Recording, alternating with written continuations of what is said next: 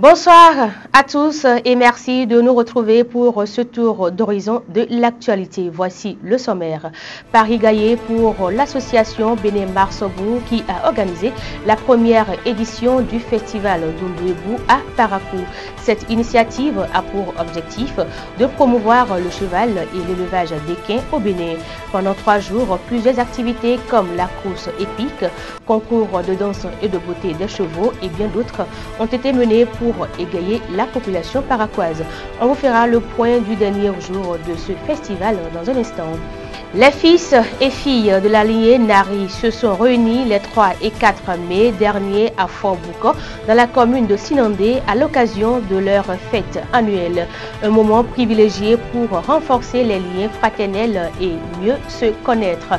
Les temps forts de cette rencontre culturelle et identitaire sont à découvrir dans cette session de l'information. Et puis, on parlera du non-respect des feux tricolores et du sens giratoire au niveau de certaines intersections de la ville de Parakou. Mesdames et messieurs, à nouveau bonsoir. Pendant 3 jours, l'association Béné Marsobou a mené plusieurs activités dans le cadre de la première édition du festival d'Oundouébou à Parakou. La 3e journée qui a marqué la fin de cette édition a été consacrée à la visite des palais royaux et hommage aux figures traditionnelles de Parakou et environ. L'équipe organisatrice a aussi dressé le bilan de cette édition. Blandine Kege fait poser. Le dimanche 4 mai 2025 a marqué la clôture du festival d'Oundouébou. Cette dernière journée a été dédiée à la visite des palais royaux et à l'évaluation des 3 jours de festivités. Au total, 7 palais ont été visités par la délégation avec comme point de départ le palais royal de Komingea, un village de la commune de Ndali. De retour à Parakou, le cortège a fait escale au palais royal de Guéma, l'un des relieux historiques et culturels de la ville.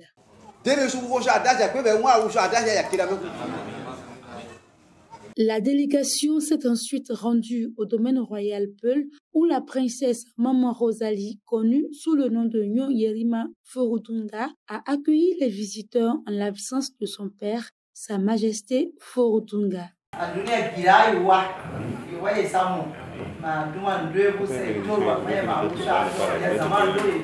Les festivaliers ont également été reçus au palais royal de la cité de Kobourou, où la tradition et l'hospitalité ont une place d'honneur.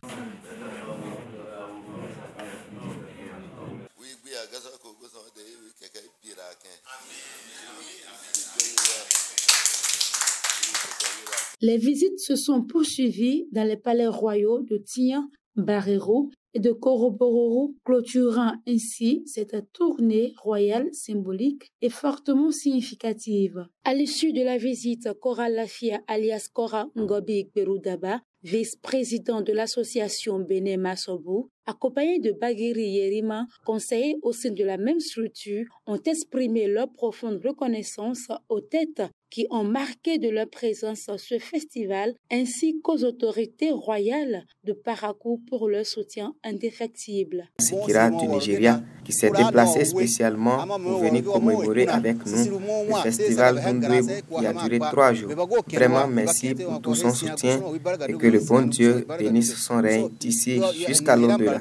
Je ne saurais terminer sans également remercier Sa Majesté Akbaki Gobignesse, roi de la cité des Kobourou, fief du festival d'Oundouébou, qui a réuni plusieurs cavaliers de la sous-région. Grande est notre joie de la réussite de cet événement qui est à sa première édition.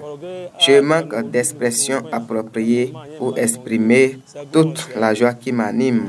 Ce qui m'a le plus marqué est la délégation venue du Togo pour soutenir l'événement. Saka Michel alias Oruyerima Ghana, membre du comité de supervision, a dressé un bilan globalement satisfaisant des activités menées au cours de ces 3 jours. C'est un succès.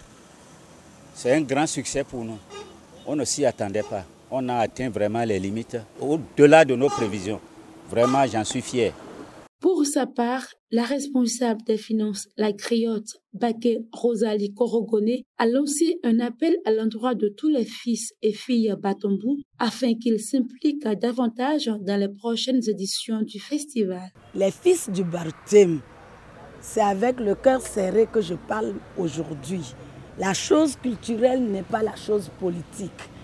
Ensemble là, qu'on ferme les trous de notre culture. Le coordonnateur du comité d'organisation livre ici ses impressions. Et nos attentes ont été comblées parce que la première édition a été un succès sur tous les plans. Et durant 3 jours, nous avons eu droit à un spectacle équestre sans pareil, jamais vu à Parakou. Nous avons eu droit aux soirées d'animation culturelle et auxquelles les populations sont habituées. Ces 2 soirées ont drainé du monde. Et je ne peux pas occulter la mobilisation de la population lors de la cérémonie officielle de lancement. Après 3 jours d'activité, au nom du comité préparatoire de ce festival, nous voulons adresser nos sincères remerciements. Et d'abord à la mairie de Parakou qui a accepté porter ce projet. Avec à sa tête le maire Inoussa Chavez-Zimé qui nous a accompagnés durant tout le processus. À l'endroit également de tous les honorables conseillers de la ville de Parakou qui ont accepté ce projet et l'ont défendu en conseil. C'est ainsi que s'achève la première édition du festival Doum Douébou. 3 journées riches en culture, en tradition. Rendez-vous donné en 2026 pour une seconde édition encore plus dynamique et plus inspirante. On parle toujours culture dans cette session de l'information, l'édition 2025 des retrouvailles culturelles et identitaires des fils et filles de la lignée Nari, communément appelée Wessé Tonrou, s'est tenue les 3 et 4 mai à Fort Bouko, dans la commune de Sinandé. L'événement s'est déroulé dans une atmosphère chaleureuse et festive, rythmée par des danses traditionnelles et la valorisation du riche patrimoine culturel des Nari du Bénin et du Nigeria. Emmanuel nous fait le point. Fort Bouko, une localité située dans la commune de Sinandé, a vibré au rythme de la fête les 3 et 4 mai 2025.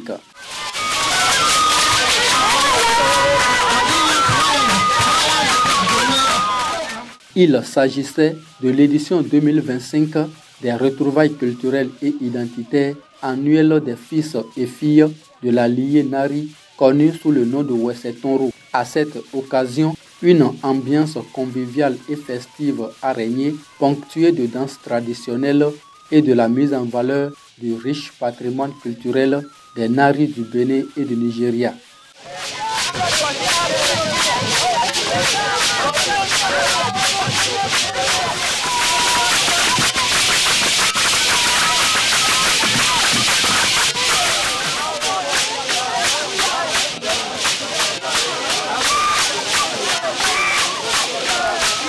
Nous sommes des Batangui-Obou et parmi les 30 dynasties des Batangui-Obou, les Nari représentent une communauté très importante. Donc c'est pourquoi nous nous retrouvons chaque année pour célébrer notre tradition, notre culture et notre identité. Celui qui est de Wassa Peonko, celui de Bori, celui du Nigeria, à Okuta, celui de Banikwara, tous qu'on puisse se retrouver, c'est déjà un objectif atteint. Donc c'est pour ça que nous avons voulu d'abord, premièrement, nous connaître et pouvoir, c'est comme ça que nous pouvons nous s'entraider demain. Cette célébration fraternelle, portée par l'un des peuples importants parmi les dynasties des Batangui-Obou du Bénin et du Nigeria, a également été marquée par des visites des sites touristiques, des séances de prière et des incantations pour honorer dignement les ancêtres.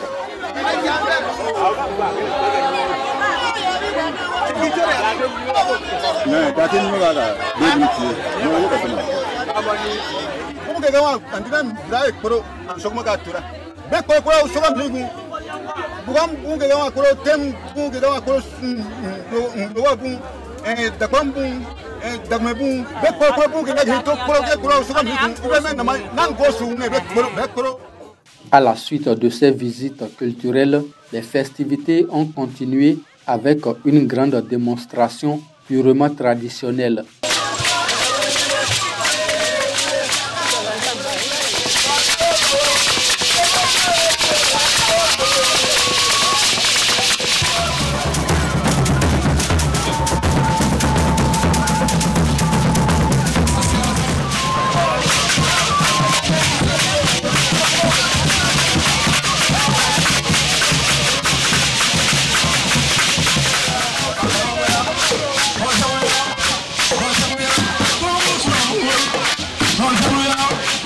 Ferveur, allégresse et réjouissance ont accompagné cette sortie annuelle de la Lié Nari. De nombreuses personnalités, notamment les têtes couronnées, sages et notables, issues de cette descendance, y ont pris part.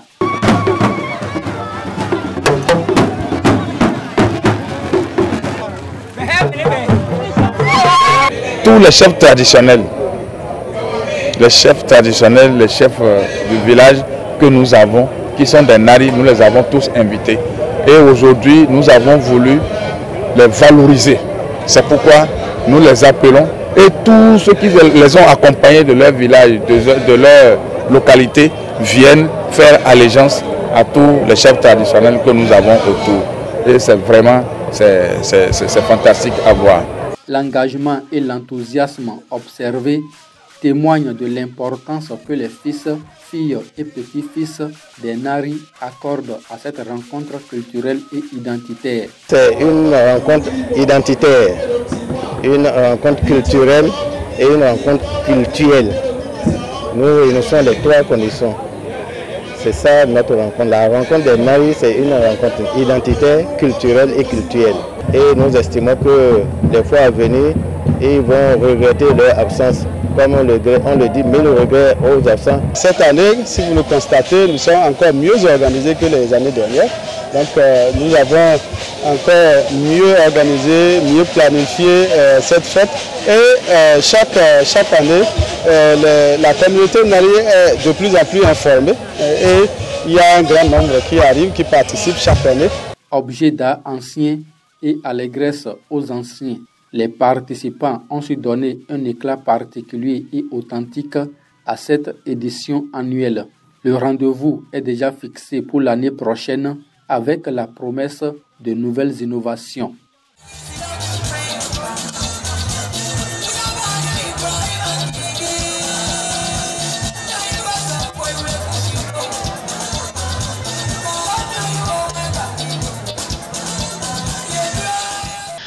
Les feux tricolores installés aux intersections ont pour rôle de réguler la circulation en indiquant clairement l'ordre de passage des usagers. Mais à Parakou, ces règles de base sont souvent ignorées. Le carrefour da Silva, situé entre les quartiers Transa et Bundaro, en est un exemple parlant. Une équipe de rédaction a fait le constat pour vous. Les feux tricolores installés aux intersections ont pour rôle de réguler la circulation en indiquant clairement l'ordre de passage des usagers.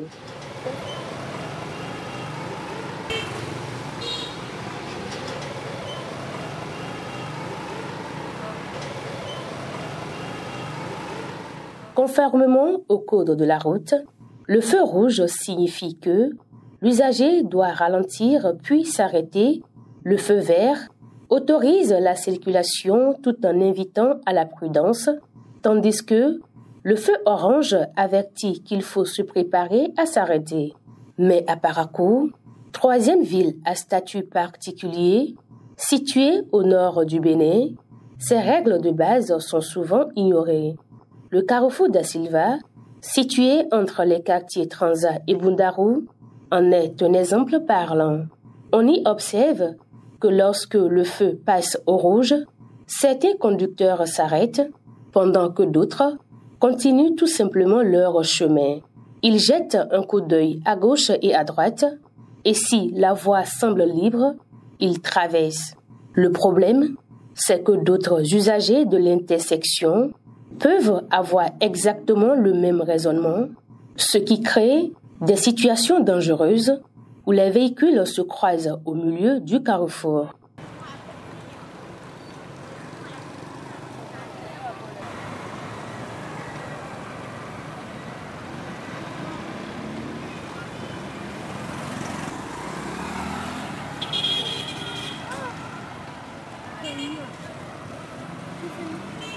Autre constat inquiétant, le non-respect du sens giratoire à ce même carrefour.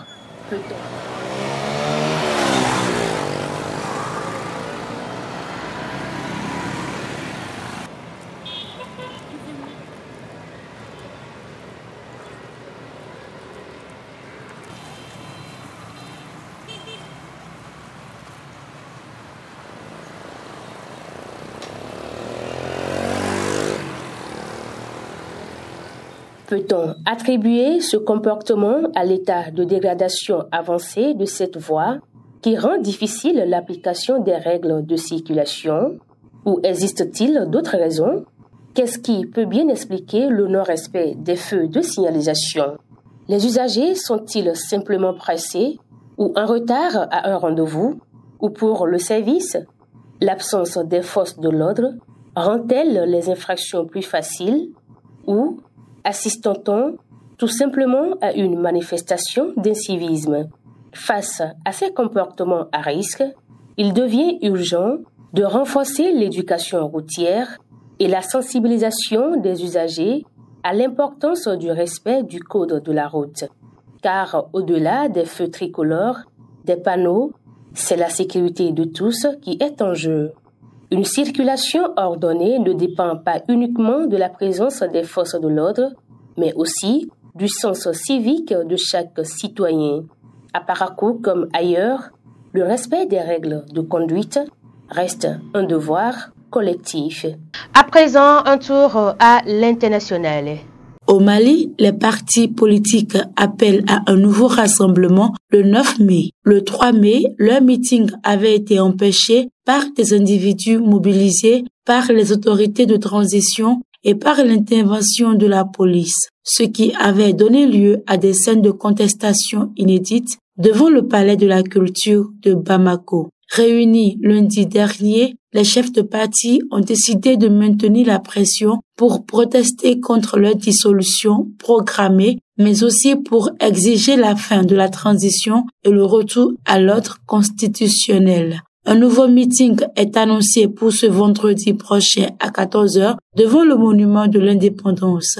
Cette fois, le rendez-vous est fixé non pas dans une salle, mais en pleine rue, au cœur de la capitale du Mali, sur une place symbolique des combats menés par le peuple malien contre l'ex-président Ibrahim Boubacar Keïta ou encore les sanctions de la communauté économique des États de l'Afrique de l'Ouest. Par exemple, nous montons d'un cran pour démontrer notre capacité de mobilisation, explique un chef de parti très impliqué, ajoutant que des contacts ont été pris avec d'autres acteurs religieux traditionnels ou de la société civile pour tenter de les rallier. Le peuple a son destin en main, s'enthousiasme déjà un ancien ministre. Ce défi adressé aux militaires au pouvoir est aussi un défi pour nous, nuance le président d'une formation politique majeure, confiant mais soucieux de préserver l'unité des partis et de parvenir à fédérer nos concitoyens derrière notre lutte. Chers internautes, c'est sur cette information que se referme cette session de l'information. Toute l'équipe de préparation, de présentation et de tournage vous remercie de nous avoir suivis. Très bonne suite de semaine à chacun et à tous.